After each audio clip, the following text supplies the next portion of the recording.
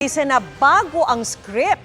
Hindi naman daw siya nasangkot sa mga pagpatay sa Davao City nung mayor o vice mayor pa ng lungsod. At nakatutok si Marisol Abduraman. Extrajudicial killing sa Davao. Bago ang script na ito. Ito ang reaksyon ni Vice President Sara Duterte sa naging pahayag ni Arturo Las Cañas kahapon.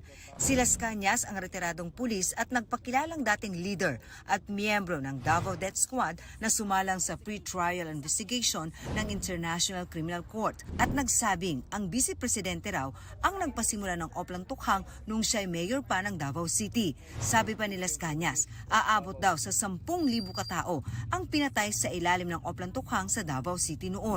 Tugon dito ni Vice President Duterte, sa mga taon daw na nagsilbi siya bilang Vice Mayor at Mayor ng Davao City, hindi raw kahit kailan man nasangkot ang kanyang pangalan sa usapin ng tukhang at sa iba pang insidente ng